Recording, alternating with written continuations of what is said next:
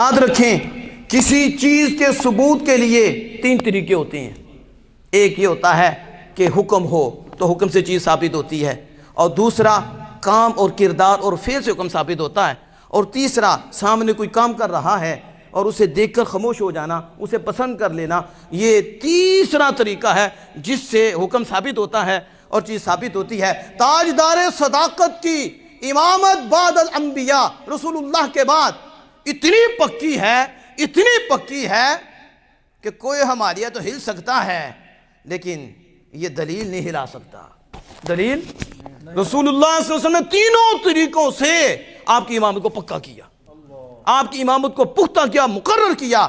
پہلا طریقہ قول سے ہے تو حضور نے حکم فرمایا کہ ابو بکر سے کہیں نماز پڑھائیں، تو ابو بکر کی امامت قول مصطفیٰ سے ثابت ہے، اور یہ پہلا درجہ ہے، قول مصطفیٰ سے ثابت ہے. اور دوسرا 3 نمازیں آپ نے سیدنا صدیق اکبر رضی اللہ تعالیٰ کی اقتداء میں پڑھی ہیں. یہ دوسرا طریقہ ہے کہ نبی کے کردار سے ثبوت ہوتا ہے، اور حضور نے پیچھے نماز پڑھ کے کردارن سیدنا صدیق اکبر رضی اللہ امامت کو ثابت فرمایا ہے. اور نمبر 3 17 نمازیں حضور کی علالت میں تاجدار صداقت نے پڑھائی ہیں. کتنی؟ 17 نمازیں. اور رسول اکرم صلی اللہ علیہ وسلم نے اس پہ خاموشی اختیار فرمائی ہے اور اسے پسند فرمایا ہے. یہ ہے حدیث تقریری، تو حضور نے تقریر سے بھی آپ کی امامت کو ثابت فرمایا ہے. اب سمجھ آ رہی ہے کہ نہیں؟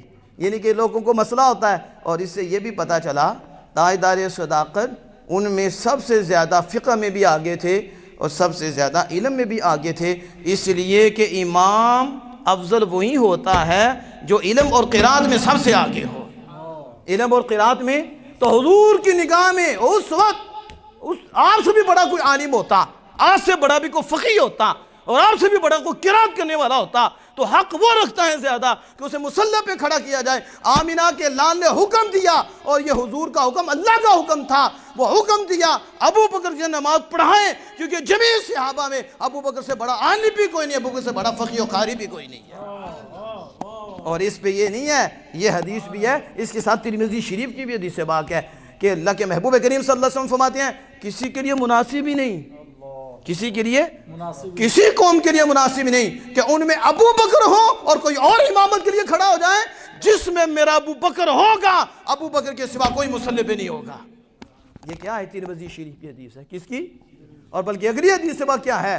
حدیث پاک یہ ہے یا اب اللہ والمؤمنون، اللہ بھی انکار کرتا ہے اور سارے مومن بھی انکار کرتے ہیں. کس بات کے؟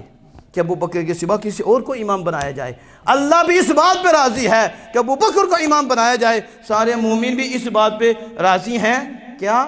کہ ابو بکر کو امام بنایا جائے. مومن شیر خدا بھی ہیں، تو مومن بھی راضی ہیں، تو مومن کیوں نہیں راضی؟ نہیں سمجھ آئی؟ تو پھر وہ کیا کرے گا قاضی؟ کیا کرے گا؟ راضی. جب مومن ان کی اقتداء میں راضی ہیں، ان کے بغیر کسی اور کی امامت پہ راضی نہیں، تو مومن کیوں راضی نہیں؟ نہیں سمجھ آئی آپ کو؟ مومن کیوں راضی نہیں؟ کیونکہ وہ مومن ہیں. الحمدللہ ہم ماننے والے ان کے مومن ہیں، تو انہوں نے اقتداء برداشت نہیں کی کسی اور کی. رب بھی چاہتا ہے ابو بکر ہی کھڑے ہوں، امت بھی چاہتی ہے ابو بکر ہی کھڑے ہوں، شیر خدا بھی چاہتے ہیں ابو بکر ہی کھڑے ہوں. تو جب وہ چاہتے ہیں تمہیں کیوں موڑ پڑتا ہے؟ کیوں مروڑ پڑتا ہے؟ کیوں کروڑ پڑتا ہے؟ ہم کہتے ہیں اوے مومن بن، مومن سنی ہے، اس لیے تاجدار صداقت کی امامت میں رب بھی راضی، رب کے مصطفیٰ بھی راضی، سارے صحابہ بھی راضی، پیچھے چلنے والے بھی سارے راضی. سمجھ آگئی کہ نہیں؟ تو یہ اصل یہ بات تھی. اعلیٰ حضرت امام اہل سنت شاہ احمد رضا فاضل بریلوی علیہ رحمۃ الرحمن نے کس خوبصورت انداز میں کہا، اہل سنت کا ہے بیڑا پار. کیا ہے؟ اہل سنت کا ہے بیڑا پار. اصحاب حضور نجم ہیں، اصحاب حضور نجم ہیں، اور نو ہے عطرت رسول اللہ کی، اور نو ہے عطرت رسول اللہ کی. ایک مرتبہ پھر سن لیں، اہل سنت کا ہے بیڑا پار. کیا؟ ہاں آج کل بچے نے بیڑے دا بھی نہیں پتا ہونا. بچے نے جنہیں سکول ہی پڑھنا کہ بیڑا کی ہوتا ہے. ٹھیک ہے، انہیں جہاز دیکھا ہے تو پانی دے اندر تو پھر نا، ہاں جنہیں موبائل دے دینا انہیں دیکھا ہی ہوئے گا بیڑا. نام نہ یاد ہو بیڑا اسے کہتی ہیں، ٹھیک ہے؟ بڑی کشتی، بڑی اہل سنت کا ہے بیڑا پار، اصحاب حضور نجم ہیں۔ وہ کشتی والے کو ستارے بھی تو چاہیے نا، جو کشتی بھی چلا رہا ہے اندھیرے میں چلائے گا، سمجھ کے؟ تو کالے ایسے ہی ہیں، اصحاب حضور نجم ہیں اور نو، اور کشتی کون ہے؟ عطرت رسول اللہ کی۔ اس لیے اعلیٰ حضرت نے کہا، کیا کہا؟ سنو اعلیٰ حضرت کا کیا انداز ہے۔ اعلیٰ حضرت کہتے ہیں کہ احمد رضا جنت میں گیا تو تجھے کیا؟ احمد رضا جنت میں گیا تو نجدیہ تجھے کیا؟ تجھے تیری جہنم سے کچھ نہیں لیا، تیری جہنم سے تکلیف تو تب ہو جب تیری جہنم سے کچھ لیں، تو ہم نے تیری جہنم سے کچھ نہیں لیا۔